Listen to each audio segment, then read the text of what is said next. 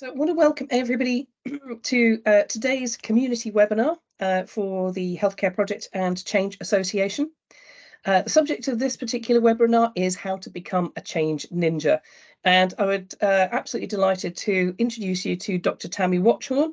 So she is the original change ninja and has written the Change Ninja Handbook, which if you haven't seen or read it yet, please do. It is an award-winning or an award-nominating book, so it's fully recommended. It's good fun. It's really insightful, and it's an adventure to go on.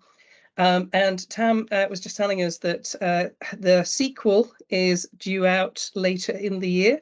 And do you want to tell us when and also what the title of that new book is called? Yep, it should be out in October, and the title is The Change Ninja Returns, and this time it's personal. So just more like great any ninja in tools. Yeah, and a proper sequel title, that, eh? Yeah, that made me laugh. So, and again, I think what's really fascinating is, you know, this is about change. It's about positive change and about how we learn and understand how to lead and engage others in change effectively. But it doesn't mean you can't have fun along the way. And having fun and making it interesting and making it positive is all part of it. So, so let's get going. So what I'll do is introduce you to Tam. Tam is going to take us through this session. There is also a follow-up training course available, which I thoroughly recommend. This is just an insight on this session to get your thinking going. We'll put the link to the training course in the chat. So do click on that, have a look at what's involved in the training course, but it's a fantastic program for anybody who's particularly involved in leading change or within their organization or leading programs or projects of change. Do have a look. If you can't make these particular dates, there will be future dates, but this is going to be one for those that are leading the way in delivering change in our sector. So Tam, if I can hand it over to you and let you tell everybody about being a change ninja. Brilliant. Thank you, Joe, and good afternoon, everyone. Great to be here. So I'm just going to share my screen. So if you are interested, the Change Ninja Handbook, it's an interactive choose your own adventure book. It is quite good fun, full of tools, just in time learning. So have a look at that if you're at all interested after today's session. So we're going to talk about fearless ninjas. And how to become a fearless ninja, because I'm sure you're always facing people who seem to think that change is a bad thing and you're wondering why other people feel change, but we'll make you fearless ninjas so you can lead other people through fearless change. Part of being a ninja is shameless plug-in. So as Joe said, there's a course that goes with this. This is really an introduction to what the course will cover. There'll be some takeaway tools from today, but there's obviously a lot I can't do today. So if you're at all interested, please do have a look at that after today and sign up. And there will be, as Joe said, there'll be other courses in the future as well once we get other dates. So what is a change ninja all about? I am going to look for interaction as well. So if you're happy to have your mics and cameras on, that would be great. So we all know that leading change can be tough. You're involved in change and it's a hard job to do. But if you can master the art of influence, you'll be able to lead change effortlessly. And what change ninjas do is learn how to do it with stealth-like moves. You'll stealthily navigate the challenges that we all have every day. And to do that, you'll be able to help others discover insights for themselves about the true hidden value of your change. A lot of the challenges we get are from people not realizing how good this change is and how we approach them. So if you can get somebody else to think your change is the best thing ever, you'll be able to deliver your change without hardly any effort at all. It will just be seamless. So there's a lot. The book is all about that. It's based on real life stories. I worked in the NHS for nearly 20 years, so it's full of real tales that you'll recognize and people that you'll recognize.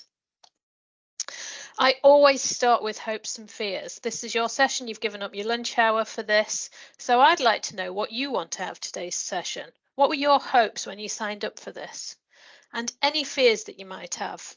Anything you don't want me to do. So we've got about 40 minutes, 45 minutes. If you want to shout them out, please do. If you want to type them in the chat, what are your hopes for today? Why did you sign up? And what do you not want me to do?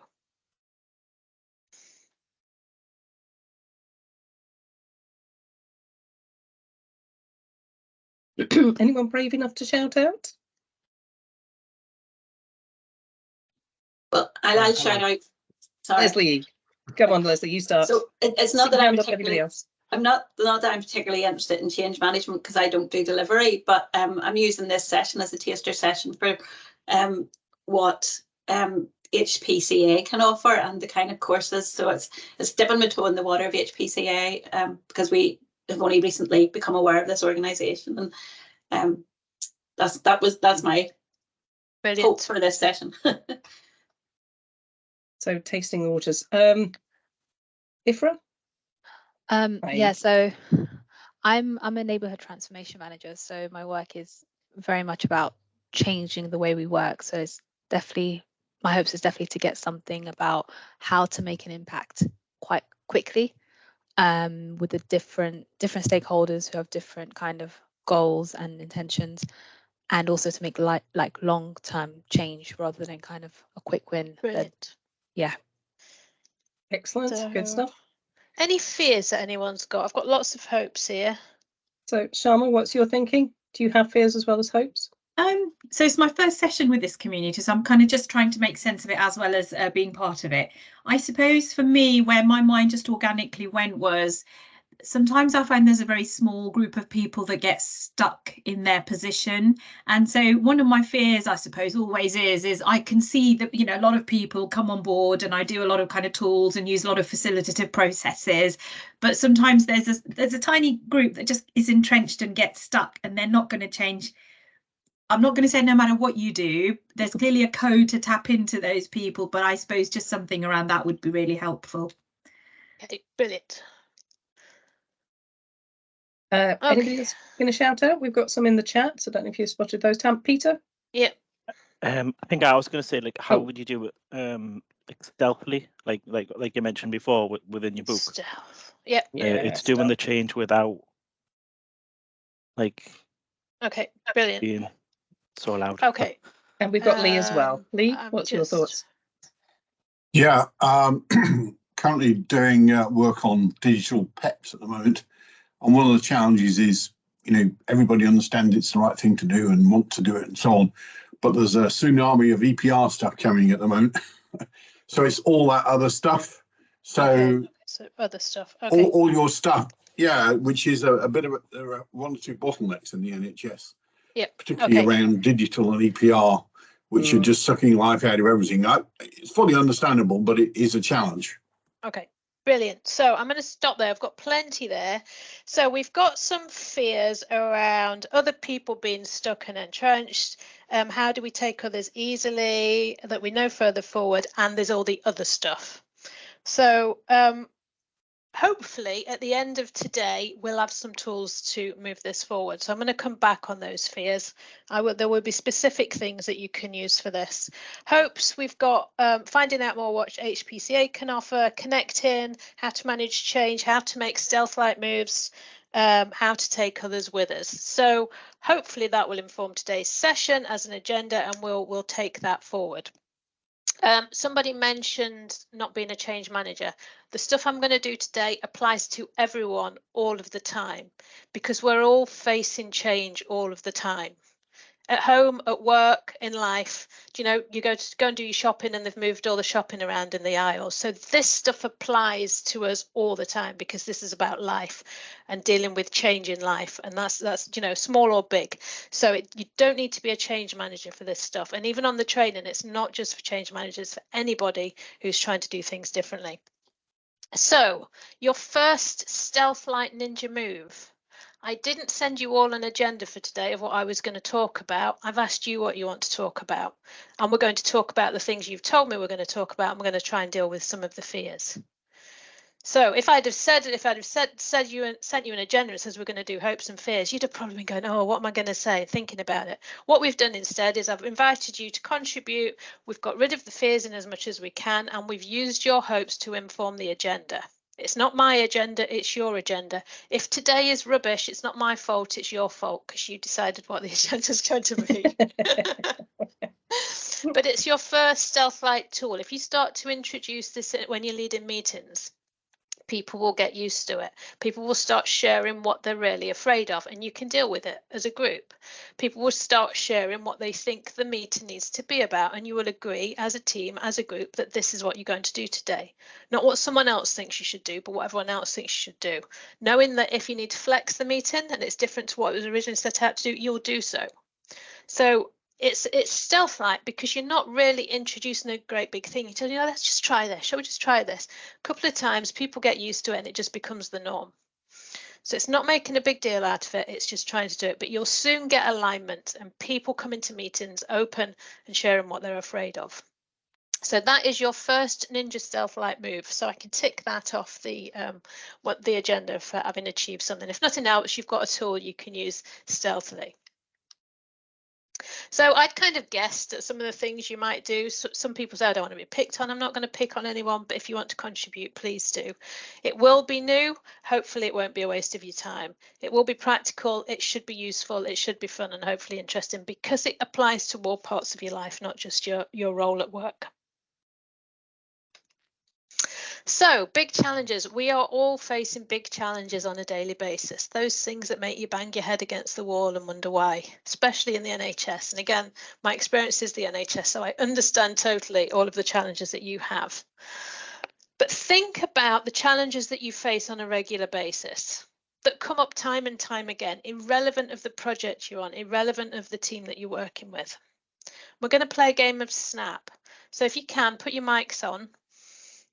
And if I say a challenge that sounds familiar, doesn't have to be exactly the same, I want you to shout out Snap or type Snap in the chat box. Are we ready to play? Yeah, we're ready to play? Yes. Yay. Woo. So, first challenge. The officious person. You can't do that because it's not policy, because of governance, because it's too risky, because that's not the process that we use. Anybody come across that on a daily basis that gets in the way of making any change happen? Lots of snaps. The computer says, no, you're digitally transforming and we're going to do all this amazing stuff with AI for patients. And yet you can't even do anything on your laptop because everything's locked down and IT says it's not on the priority list. So you're not getting it done, anyone? Snap. No. Probably more so you, Lee, with the fear that you came up with. Methodology. Methodology is a good thing. You've been on your course, you've got your certificate, we've got PMOs. I mean, this is why we're here. I can't say anything bad about this because this is why I'm here and working with Joe. But it can become a blocker when you're being told that you can't do anything until you've filled in that documentation or until you've loaded that thing in the system and you just need to get something done. But it's blocked and locked down because of a process, not because of the methodology, but because the methodology becomes the process of rather than using it as a tool to get your work done. Snap, snap, snaps, lots of snaps. The opinionated person, the loud person, the person that talks over you in meetings, the person who says that will never work. Oh, I did that years ago, and well, the way I did it was much better than the way you're suggesting. Anybody know anyone like this? Yep, snap. And what about that just general fear that everybody's under the cosh? We're all stressed, we're all overworked, we're all too tired and we can't get anything done. And we've got so much to do that we can't actually do anything and we just sit staring at our screens in horror. Anyone? Snap. Yes, snap. So, common problems. We've all got the same problems, which means it's not the system. This is not just an NHS thing. I do this with lots of people from all different organisations globally. Everybody has the same problems because it's about human nature. And that's what I'm going to talk to you about today is how do we recognise it so we can shift it? Because guess what? You've all been one of those people, if not all of those people, at some point in time. Think about that project when you thought, what an absolute waste of time that is. I'm not going on that train and it's pointless. We've all done it. We've all done it. And that's somebody else's change. So we've all been that person. What do you do though? Do you bury your heads in the sand and pretend it's not happening? Do you sit thinking, how am I going to get all of this done? Oh my Lord, work all hours that there is and still don't get anywhere. Your inbox is piling up. Do you perhaps phone someone up or talk to your boss about how unfair it is and it's not fair and why is this happening to me again? Anybody? Yes. Yep. Yes. Do you think I'm going to be David and take on the Goliath that is the NHS? Once and for all, I'm going to change this process and take them down. We're going to shift it and change it. Joe, you kind of did that to some degree. Attempted. But I think we all it attempted is a it for battle. months. It is a real battle. And the last one, I got this response from someone last week telling me, you know what, everything that I did and how it was nothing new, and then but proceeded to tell me that on LinkedIn. So he wasn't really thinking about people at all. He was just thinking about it from his perspective. You get the like it or lump it response. You know, you're going to have to do this, so like it or lump it. I don't care, just do it, or don't do it, but I don't care. So you can be the like it or lump it guy, particularly if somebody doesn't have a choice. And again, we've all been these people at some point and some things. We all do all of these. It's just human nature. When we work in change, we quite often think other people are afraid of change when they're behaving that way. But we're all afraid of change if it's change that's not good for us, because otherwise we would die. So it's built into our system. Our brains have evolved to fear change. So the trick is to know what's going on so that you can, if it's you that's responding badly, you know, you might all say, I love change. Why doesn't everyone else like change? It's great. It's really exciting. If I say who's excited by climate change, there's not going to be many hands go up because it's not a good change. We don't perceive it as a good change. So there's always change that we're afraid of, and we're much more likely to be afraid of something if we don't know what the outcome is for us. If you're leading change, you understand the ins and outs of it. The person you're leading it for doesn't necessarily understand the ins and outs of it. If you're leading change, there's a very good chance you're not even on the receiving end of that change. You'll put it into place, say my job's done, and go off to the next project. You're not there to see what the outcome of that change is and the impact. So it's perfectly natural to be afraid of change. So let's understand what fear is. What is fear of change? Could everybody close their eyes? Now, I'd like you to imagine that you are sat on a little wooden bench. It's a tiny little wooden bench. It's really uncomfortable. There are people either side of you knocking your knees. There's people opposite you knocking your other knees. So it's really crammed in. You're really crammed into this tiny bench. You've got an itchy boiler suit thing on. It's really uncomfortable as well. And on your back is a really heavy rucksack that you're struggling to keep up. It's also really, really noisy. You can barely hear yourself think. And if you've got hair, it's whipping around your face. Okay, open your eyes. You're about to jump out of an aeroplane with a parachute on your back. How does it feel? Focus right now on how you physically feel. What are your physical feelings at the thought of jumping out of an aeroplane? What's going on in your tummy? Is your heart racing? Sweaty palms? Dizzy? Anyone want to share any feelings, physical feelings? I watched this. I would say like the fear of the parachute snapping, but I watched this thing last night about the snow and how they died, and it was about an airplane. I know it's got nothing to do with this, but what? How did it make you physically feel? Oh, awful, because they ate each Awful. other. The plane, they crashed. Oh, they that crashed one, in it. really? Yeah, the snow something it's called, snow. So you're feeling hungry or not hungry? No, you're gonna have to eat yolk. So they came, like, they literally ate each other to survive 100 and I don't know how many days they were trapped in this snow. Brilliant. So we've got heavy and sick. Richie, how do you excited is an emotion, which I'm going to come back to. How do you physically feel? What makes you, what's that feeling that's going with the excitement? What's the physical feeling if you focus on your body? Hello everyone.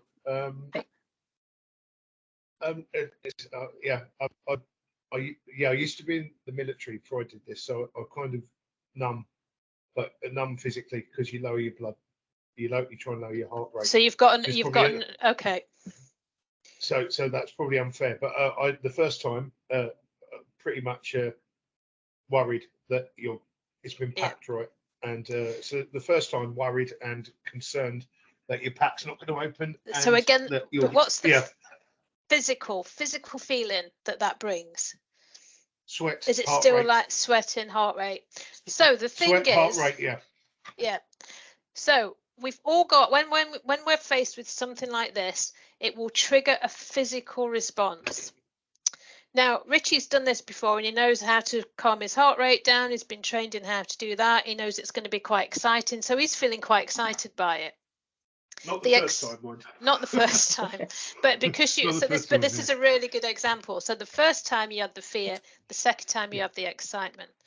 When it's something brand new, your brain says, I don't know what this is, and it could be dangerous because it doesn't know, and it fills in the gaps and it predicts what might happen next. Faced with something like this, it predicts that you might die, which is quite reasonable if you have no previous experience. And that so you get the physical feeling, which is the adrenaline rushing, and then you attach the emotion to it, which is excitement, nervousness, panicky, fearful, all of those things. That's the emotion, that's the story you've told yourself about this thing. So unless you've done it before and excited by it, Peter was thinking about eating his pals at work and the cannibalism. So his brain took him into an entirely different place because of what he watched on TV last night, Society of the Snow. But that's what we do. So we all think that reality is reality, but reality is only how reality is what we perceive it as, and it's based on the stories we tell ourselves, and our brain fills in the gaps when it doesn't have all the data. So without even being aware of it, the change or the challenge or the jumping out of the airplane, it presents itself, our brain goes, this could be dangerous, scans all the data that we have, makes a story up and tells us a story of how we feel about it. And it does all of this instantly. We don't know this is happening, but what this then does is it causes our responses. So, you know, we might panic, we might scream, we might shout, we might cling onto our seats, whatever we do, it creates those behaviors. So whenever you're leading change at work or trying to get someone to do something different, this is what the brain's doing. And you don't know what their past experience is, so you don't know how the brain's going to predict this change, and therefore you don't know how the person's going to behave, because it happens instantly. So the reason I take you through this is understanding that feeling, that physical feeling, means if this happens to you, you can at least notice it and know what's happening. So you've got a chance of shifting it. When you get those challenges that we played Snap with, they're responding in that way, possibly. Sometimes they're just pains in the backside, but mostly it's out of fear. And they don't even know they're afraid of it. It's the brain's doing its thing. But when they react like that, when they block you, they stand with their arms folded, they say, we can't do this because, there's a good chance that that's tripping you into the fear sense, and then you're responding back the way. So noticing it, rather than going in with the fight or whatever it is you want to do, notice it, and then the tools that we're going to use will help you shift that thinking, so you can shift their behaviours and thinking. Does that make sense? So second stealth-like move is just to notice physically what's going on in your body, because when you tripped into that state, your emotion switches on and your logic switches off, and that's when you start reacting yourself, and that's when you start having those overreactions. You want to be able to notice it so you can shift it. So why does this happen? Remember 4.5 million years ago or billion years ago, well, there was only one job, which was hunting and gathering. And that's where the brain evolves from. That's where these reactions evolve from, because you could be going out to work and danger would look like a saber-toothed tiger and it would eat you. So if you, in that moment, the saber-toothed tiger jumps out, if your brain hadn't evolved and wasn't built for survival, you would start and you would think, this doesn't look good. I wonder what I should do next. You've been eaten. You don't have time to think about what you're going to do. You have to run. So the brain goes, this is different. It could be dangerous. It floods your body with adrenaline. It's called the amygdala hijack. It switches your logic off and it switches your emotion on. And that gives you the motivation to run, and you run a bit faster. If you thought about it, you would get eaten. So we still have that brain. We still have that bit of our brain. And it's designed for survival. It's not designed for happiness. It's designed for survival. And it's really easy to trip into that state. When your emotion's on and your logic is off, appealing to someone's good nature with logic and telling them that this is going to be an amazing project because of all of these benefits, they're not listening. They're in the emotional state. If you don't believe me, when you can't beat emotion with logic. You can't. Has anyone ever felt a little bit irate with someone at home? And when that's happened, have they ever told you to calm down? Does it work? It doesn't, does it? Logically, when you have calmed down, you know that calming down was the right response. But in the moment, it just makes you more angry. So if you've triggered somebody as a saber-toothed tiger with your change project and they're behaving in what you think is an unreasonable way, and you try and go, oh, but this time it's going to be different. All these benefits and da da da. They're not listening. You're basically telling them to calm down. So you need to notice it in yourself so you don't react, and then notice what they're doing and find other stealth-like ninja ways to deal with it. So teenagers is a great one. A lot of the tools I teach, and especially on the course, is I practice them at home, because you'll get instant results, because there's this stuff's happening. That's why I say you don't need to be a change manager.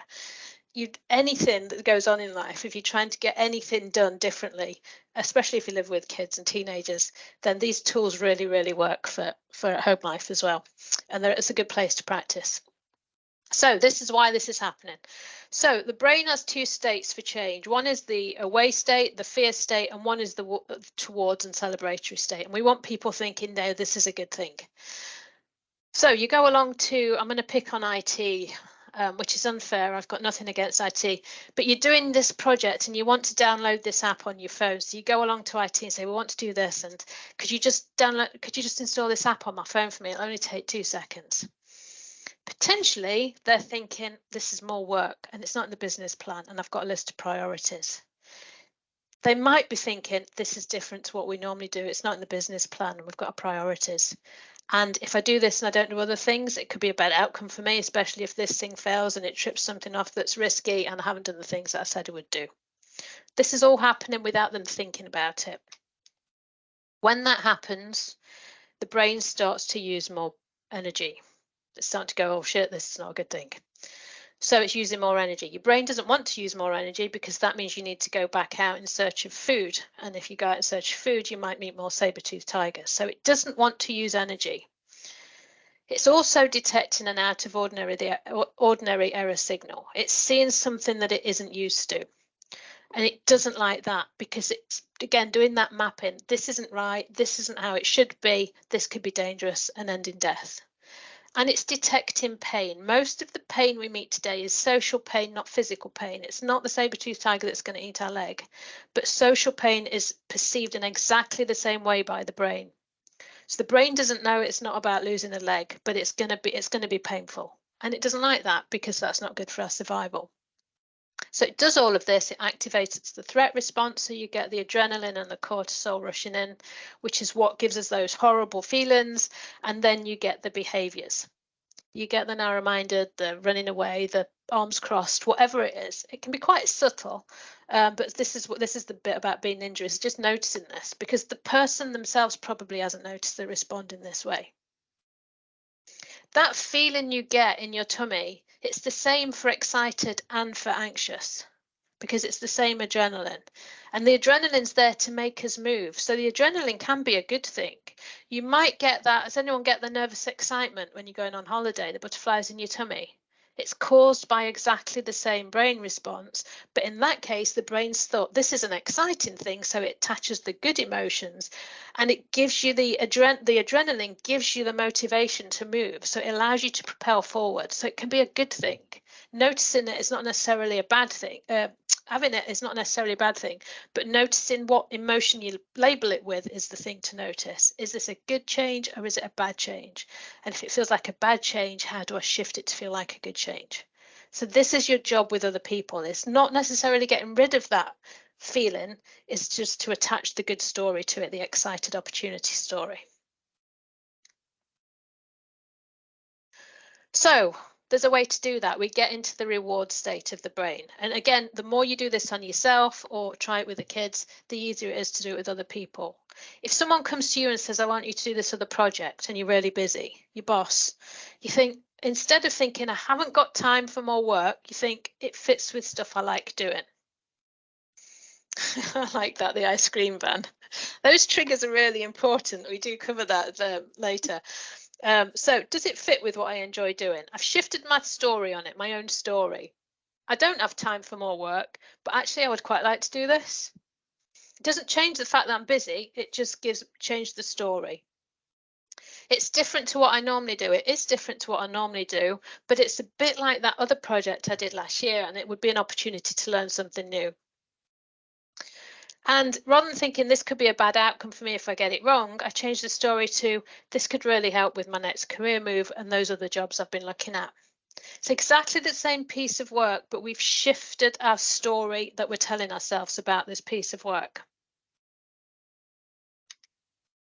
When we do this, we start to save energy consumption. The brain is churning away much less, so we're using a lot less energy, which it likes. And in fact, it actually starts to save energy, which it really, really does like. If we say it's a bit like something else, we're starting to get pattern recognition and familiarity. That saber-toothed tiger turns into the little cat that's down the road that we give a cuddle to every day on our way to work. So it's starting to recognize it as a nice thing. And if we think it can help with what we'd like to do next, we start to set ourselves little goals and tasks. And when we do that, we get the nice feeling from the dopamine. So we set out, you will all probably have to-do lists. And when you tick things off your to-do list, you feel quite good because it gives you a little surge of dopamine. So when we start to shift the story and shift the story we're telling ourselves and our thinking, we activate the reward response, and that triggers the dopamines, the endorphins you'll know about, the oxytocin. So we start to feel really good. And that's when we get excited, we get new insights, we're much more collaborative and trusting, and we're open to new ideas.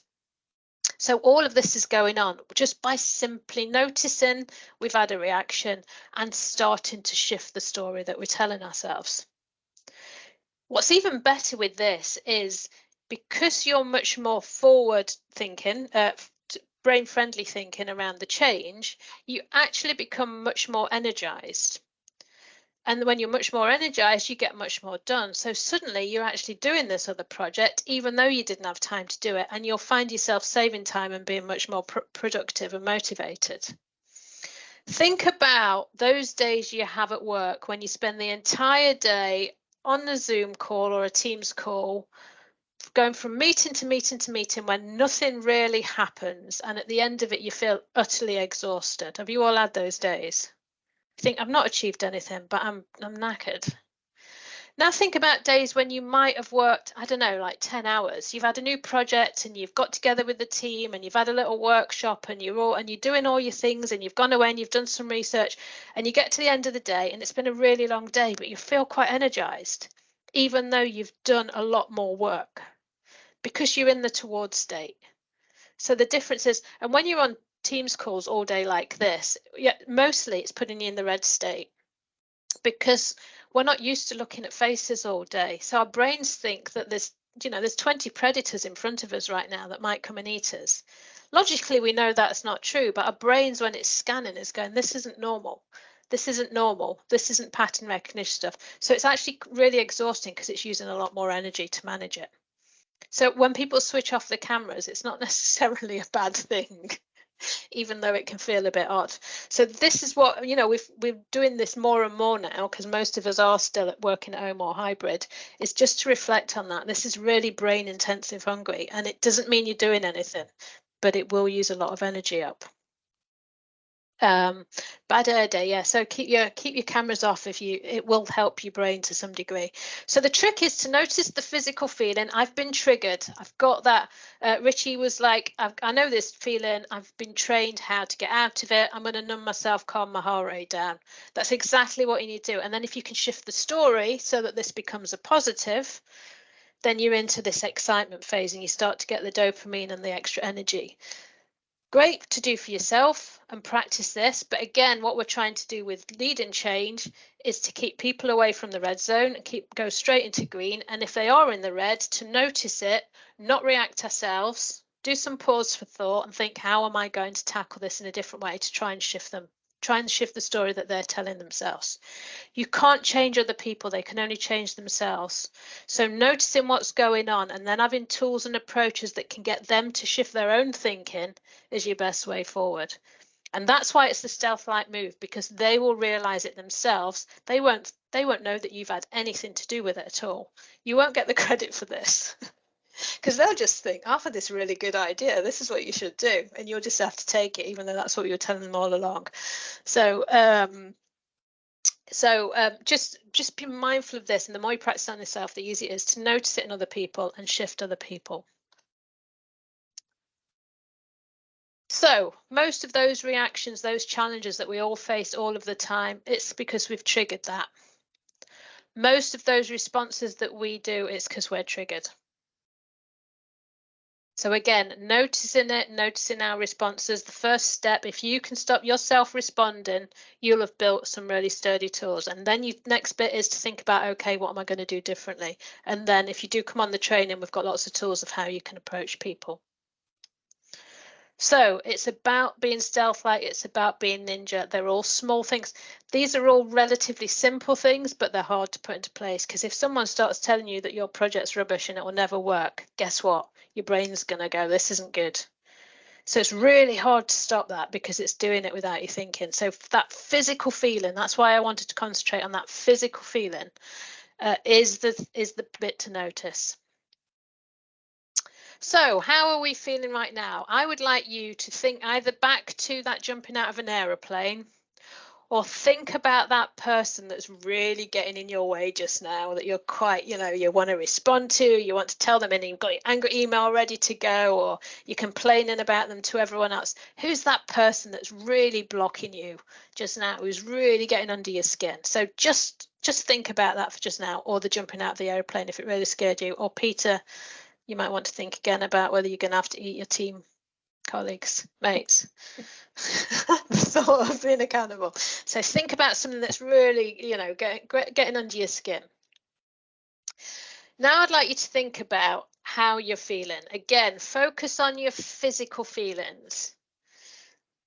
Are you feeling quite calm and chill and say, it'll be fine? Or are you feeling more towards a 10? So just think of a number between 0 and 10 of how you're feeling. The more you can be towards the red for this, the better, because I'm going to give you a quick tool to do. So what we're going to do is a breathing exercise called the physiological sigh. This is a way to hack your brain. Your brain does all of this thinking instantly and when things happen in life. But if you notice it, great, Aisha, I'm going to come back to you because you've got an 8. If you notice it and you do the physiological sigh, you can hack your brain using your diaphragm. So instead of the brain sending messages to your body about what's going wrong and how you need to run, you can actually use your body to trick your brain.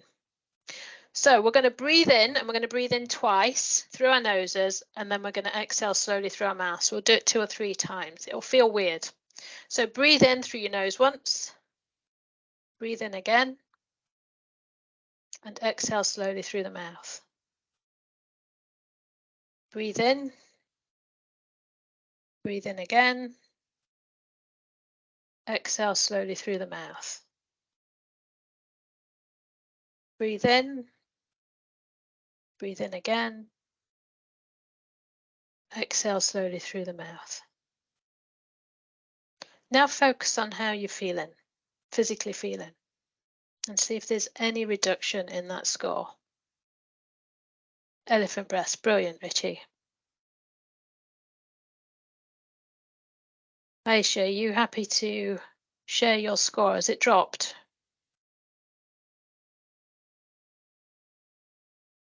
Six, brilliant. So do it a few more times and it should actually go down to a 5 or 4. Anyone else get a reduction? Yeah.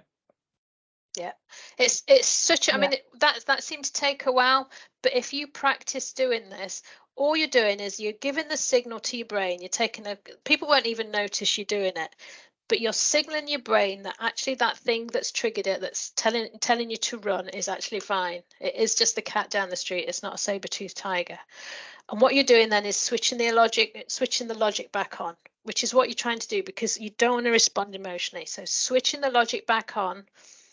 And then thinking, how am I going to approach this person in a different way? And it might just be that you leave it just there and say, look, do you know, let me come back with some stuff for you, which gives you time to go back with your story of how you're going to shift them out of red into green. You don't have to respond in the moment, but this works really, really well. You know, again, at home, the kids have, whatever they've done, come in and left a mess everywhere. Just do the breathing, because it allows you to think about, okay, what's the best way to deal with this? And you might decide that you're just going to shout and scream anyway, but you've logically chosen to do that. So it gives you time, and the more you do it, the more you remember to do it. Do it before you're going into a meeting where you think things are going to be a bit, or if you're going to do a presentation. I do this before I come online for these presentations, and it's not because I'm anxious, because I really enjoy doing them, but it just slows everything down a little bit. It's just a very quick hack to just get yourself in a really calm state. So how are we doing for time, Joe? Yeah, we're coming up on, so it's 1:40. So we've got another 10 minutes. So I haven't brought in let me go back to the slides. We've gone through that a bit quicker. Any questions before I move on? Anyone want any top tips for anything, or thinking, well, how do I do that? How would I manage that? How do you get other people to do that breathing exercise, the ones you're trying to Oh, manage? that's so the best way, I think, to shift people, because some people might think, oh, I'm not doing this, this is a bit hippie like. The best way to get people on board is to show a little vulnerability and just say, look, this has got quite heated just now, and we've obviously all got loads of different opinions about stuff, and I'd just like a couple of minutes for breathing. I don't know if anyone wants to join me, but this really helps me. So showing that you're feeling quite anxious can actually just trigger someone to feeling less anxious, because you're kind of owning it and saying it's okay, we're all a bit heated here. So or just saying, I learned this thing the other day, just introduce it jokingly. When you do the hopes and fears, introduce the hopes and fears to your meeting. And someone might say as a fear, well, this is a bit hippie-ish, or, you know, it's a bit woolly. What are we doing this for? And then just say, well, I've learned this thing, and apparently, you know, I know for me that when something's going on, if I come to a meeting and the thing that I need to talk about isn't on the agenda, then I sit and I don't pay any attention to the agenda. So I thought if I introduce this, it would be a way of bringing out the concerns we've got so that we can deal with them. And maybe you've put the breathing thing on there. You know, my hope is that we can do this breathing thing and learn how to do it. My fear is that everyone will think I'm a bit wacky. So use it as an example to teach the hopes and fears if that's something you want to get into everyone. And it's just showing that it's okay to talk about this stuff, and we're all different, and you don't have to do it if you want to do it. So quite often I would introduce things like that on the hopes and fears bit of the meeting. But I think just, you know, I'm feeling a bit stressed just now. I'm just going to take a couple of minutes to do this breathing. Showing a little bit of vulnerability rather than trying to tough it out is a really good way, because it calms everyone down. Sharma. Yeah, I was going to say, Sharma's got a question. Thank you. I'm just thinking about somebody like me, I usually do things like this, or I'll do an emotional check-in at the beginning of the meeting. So I think if I paused and did that, people would go, yeah, that's really in line with kind of how Sharma operates. But then I'm thinking some chairs and facilitators of meetings that are quite transactional in their approach. So how do people, you know, rather than doing this and it seems a bit out of character, so people go, oh, what's gone on here? What other sorts of things could people bring in that when you do this, then it feels really authentic and real? You mean the breathing or the hopes and fears bit? I think this whole approach that you're talking about, so but both. I think for me, if you can get hopes and fears in as a norm, it opens up the opportunity to do all of that, because the tool, if I go back to the map, so even a transactional meeting, you know, you come in, you're going to look at your risk, you're going to look at, it's the same meeting every time. Even if you start off and say, I know that, like, we've got a set agenda and we do this every time, but I just want to know if anyone's got any other hopes that they would like out of these sessions, and if anyone's got any fears that they would like to bring up and we don't think that we have the opportunity to. And if you do that a couple of times, and the thing is, like I did a preset one, is you can mostly guess what people are going to say, so you can be ready for it. And you can introduce your own hopes and fears. You know, my hope is that we've got 10 minutes on these agendas where we can discuss other stuff that people have got worries about. Or my fear is that we do these transactional meetings and there's a lot of stuff we don't do because it doesn't feel like the right space. So you can introduce those things. Your hope might be that every meeting you introduce a new tool for people to use for persuasion and managing other people. And for people, I hope that you can all bring something along that you think is useful. But mine today is going to be this breathing exercise, which has been really helpful for me and might be useful for other people. So use that as a way into it, and it will become the norm, and people will then start to come along with it rather than be. But you have to do, I would say, 3 strikes in your end. Do it 3 times before you give up on it. So even if it's transactional, I would still at the start of meetings, does anyone get any worries or stuff that they want to bring up that we need to cover? Because it might be that you have a transactional meeting and something's happened over here that someone's just sitting on going, shit. Excuse my French. And they want to bring it up. And actually the transactional stuff can wait because there's this big elephant in the room that needs dealing with. So it just gives you that opportunity. And when you do that, people are much more open to coming along with things because they know it's going to get dealt with and you're going to get listened to. And when you do it, because you've done it as a group, then you've got rid of the fears. So everybody should be in the green zone. You've not got anyone in the room that's in the red zone, which means everyone's open. And it also means they're much more engaged in the content of the meeting. Because they're not sitting like, thinking to themselves, what am I going to do? What am I going to do? They're not distracted. There's no point in having a meeting with someone in it if they're not paying any attention and not engaged, because you're wasting their time, they're wasting your time. So it's just a way of maximizing that time in a very brain-friendly way. I've got examples. So my team and I, when I used to be head of the corporate portfolio office at Health Education England, and one of the things about what we were doing was rolling out and embedding, ways of working around portfolio programs or projects. And we adopted this because I was having problems with rolling things out where you'd get that one individual in the group that would be the disruptor, the saboteur, that they would be throwing grenades in halfway through and just distracting everybody and taking them off on a tangent. And I would find myself really anxious before going into that workshop or that engagement meeting, because I'd be on tenterhooks waiting for them to kind of, come in and, when's it going to be? What are they going to say? What are they going to do? And one of the things about introducing the hopes and fears, and you can do it online, but also you can do it in person as well, just with flip chart paper, is get everybody around the room, and particularly those people that you think are going to be disruptors, to identify, well, what fears do you have? What concerns do you have about the thing that we're going to talk about today? And usually that will bring it out so that you know what it is that they're churning away at in the background. And they might not be doing it with any malicious intent. It's just they're thinking about, well, this isn't going to work because of this, this, and this. But until you know what it is, you can't tackle it. And they're not listening until they've got that out. So if you get them to get it out right at the start, and you'll say, right, okay, that's really interesting. We will tackle that. We'll have a look at that problem. We'll work through that. Then you tend to get this has happened for me a number of times, and I know how successful it is from my point of view, people I've really struggled with previously. But also that I've often found that there's a lot of things that you don't know about that people have had experiences of. So when you ask them to get their hopes and fears out, they might tell you something that you didn't even know was a potential problem.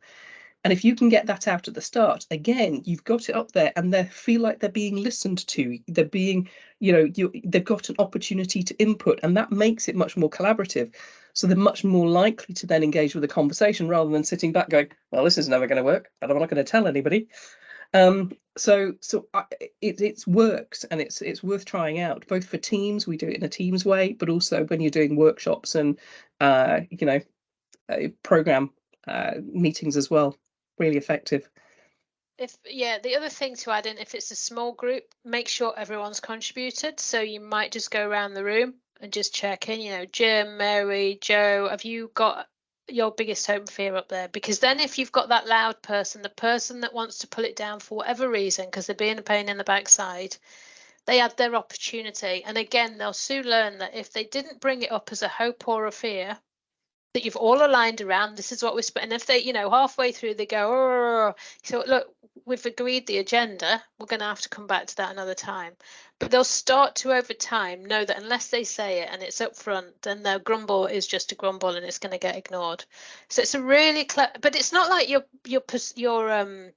manipulating the situation. It's just a really clever way for everybody to stay in the green zone and get into, align yourselves, collaborate, and do all of that stuff we talk about, because you're keeping people away from the red bit. So Ifra's made a good point about the slightly different topic, which is about having a clear objective and point of the meeting. Now you have other tools for that, don't you? So the 5 Ps and how you get so people again aligned. So we've got again, the training covers a whole lot of tools. This is just the introduction to the fear bit. Having that toolkit, the back, which is the book. You can get the book or come on the training. It's got about 20 tools that will almost, whatever the situation is, you'll just be able to pull out and go, right, we'll do this. And this is so we've got something called a 5 Ps. If we're doing a new project, what is the purpose of the project? Get everyone to write a sticky note. What's the principles? Who's involved? What's the process we'll use, and what does success like performance? And when you do that with sticky notes, everyone contributes to it, you run through it as a story, you've quickly got an alignment around what it is you're there to do. Ifra, you've got your hand up. No, I was just going to add to my comment, because regarding the top part with like the fear, what I've personally noted is when I go into meetings that are consistent, like in the NHS, we do have a lot of meetings. Like I can sometimes have meetings all day, unfortunately. The reason why I feel drained isn't because I'm meeting with my colleagues, it's because I always leave with like, I'm not really sure what we gained from it, what the action was. And everyone's kind of awkwardly trying to avoid asking because they'll feel like they didn't listen. Yeah. So then it's just a stress. So the meetings that I find successful is that it's really clear at the end, this is what we're doing, everyone's happy with the actions and tasks, and then you feel the green side, the happy side. So it's not that we're stuck in meetings, it's just make it like, why are we all here for 3 hours? Yeah. It's stuck in meetings that serve no purpose. So a lot of people go to meetings that they're not talking at and aren't contributing to, because you don't want to miss out, or because your boss said you should go, or whatever it is. There's a bit of onus on us all to go, actually, I've got some, when you've got to go to meetings that you think you're not going to add value to, and you've got work to do, you have to think, what am I not doing by going to this meeting? So there's a bit of personal responsibility for us all to say, what am I not doing by doing this thing? Because it's not going to stop. We're not going to not get invited to meetings. We're invited to more meetings than ever before because we're working at home and that all inclusivity thing, which is great. But what am I not doing? So there's a bit of personal responsibility needed there to say, actually, I'm just, unless you need anything specific from me, I'll find out from my colleagues what I missed, or I'll read the notes after. I'm not going to come and do something else. So there's a bit of that. But again, I think if you can, and it does require a bit of bravery, if you get to the end of the meeting and you're not sure what it was about and what the actions are and what the decisions are, it can just say that it's been a good meeting, but can we just clarify what the takeaway action is, because I'm not entirely sure. And once you start doing it, then other people will start doing it. So there's a little bit of stepping up and doing that, and someone will come along to you and say, I'm glad you said that, because I didn't know what it was about either. So, and then it will become the norm, and then whoever's chairing it at the end will start to go, right, let's just summarize what we've agreed and who's going to do what. So there's a little bit of pushback, and it does take, but if you want to do that, and I'm going to finish on, we've got 5 minutes, so I'll finish on what you can do. If you want to do that and you're feeling nervous, do the breathing, because it will calm you down. The other thing you can do is the power stance. So the power stance, everyone, if you can, stand up. You might know it already. You're going and you're going to not go to this meeting, or you want to say, what was the point of that meeting? It's a waste of time. Stand with your hips, legs apart, hips apart, hands on your, you can't really see me. Stand really strong. There we go. Joe's got it. So really stand powerful. Camilla, put your hands on your hips, and if you can. And you're going to think of a superhero you want to be. So think of who you would like to be if you could be anyone. And after 3, we're all going to say who we want to be. So 1, 2, 3, I am Wonder Woman. Wonder Woman. And again, let's do it. Do it out loud. Come on, be brave. I am Wonder Woman. Come on.